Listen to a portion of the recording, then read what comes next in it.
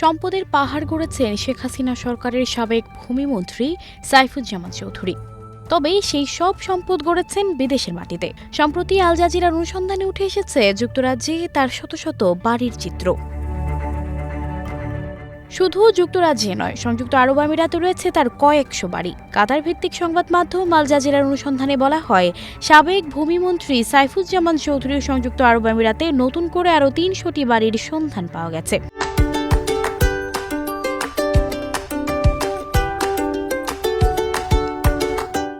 I ইউনিটের অনুসন্ধানী সাংবাদিকরা জানান, মধ্যপ্রাচ্যের দেশ সংযুক্ত আরব আমিরাতের দুবাইয়ে তার $৯০ লাখ বেশি মূল্যের ৬টি সম্পত্তি রয়েছে। সেখানে তার ছাড়াও স্ত্রী রুখমিলা জামানের নামে রয়েছে প্রচুর সম্পত্তি। সব মিলিয়ে দুবাইয়ে তাদের অন্তত ৫৪টি সম্পত্তির তথ্য উঠে এসেছে। নতুন করে ফাঁস হওয়া সম্পত্তির তথ্যে দেখা যায়, সংযুক্ত আরব আমিরাতে ২৫০টির বেশি বিলাসবহুল অ্যাপার্টমেন্টের তালিকাভুক্ত মালিক সাইফুজ্জামান চৌধুরী, যার মূল্য $১৪০ মিলিয়ন বেশি।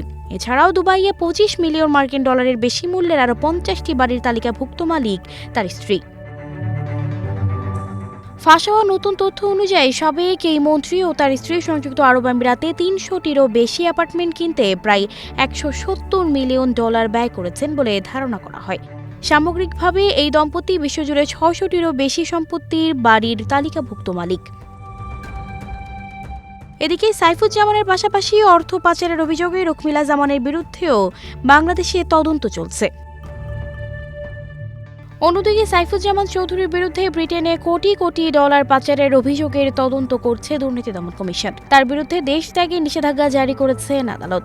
এত সবের মধ্যেই সাবেক মন্ত্রী এখন লন্ডনে $১৪ মিলিয়ন বিলাসবহুল অ্যাপার্টমেন্টে বসবাস করছেন।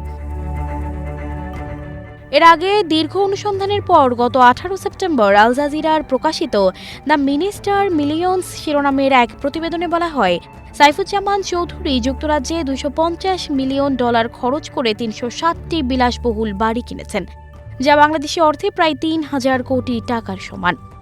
যুক্তরাজ্য ছাড়াও নিজের রিয়েল এস্টেট ব্যবসায়কে সম্প্রসারণ করেছেন মধ্যপ্রাচ্যের দেশ সংযুক্ত আরব আমিরাতের দুবাই, নিউ ইয়র্ক, সিঙ্গাপুর এবং মালয়েশিয়া পর্যন্ত। সব মিলিয়ে তিনি ৭ শতাধিক বাড়ি কিনেছেন, যেগুলোর মূল্য $৮৫০ মিলিয়ন বেশি, যা বাংলাদেশি ১০,০০০ কোটি টাকারও বেশি। সানজিদা রহমান, প্রবাস খবর।